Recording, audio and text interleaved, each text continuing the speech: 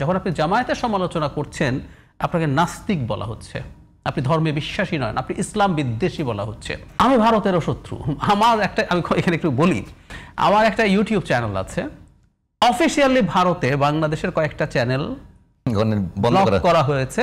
আমি official statement পেয়েছি, mail পেয়েছি গুগল থেকে, ভারত সরকারের অভিযোগের প্রেক্ষিতে আমার চ্যানেল বন্ধ করা হয়েছে। কারণ আমি যে কারণে ভারতের বিজেপির ক্রিটিক করি, যে কারণে আমি ট্রাম্পের ক্রিটিক করি, একই কারণে জামায়াত ইসলামী অ্যান্ড আদার পলিটিক্যাল পার্টিস যারা এই আইডেন্টিটি পলিটিক্স করে, ধর্ম একটা আইডেন্টিটি নানান ফর্মে আসতে পারে। ওই যে বললাম ওয়েস্টে হলো আপনার রেসিয়াল নিয়ে, যে আমি হোয়াইট, তুমি নন হোয়াইট, তুমি ব্ল্যাক, তুমি ব্রাউন, ওইটা একটা আইডেন্টিটি।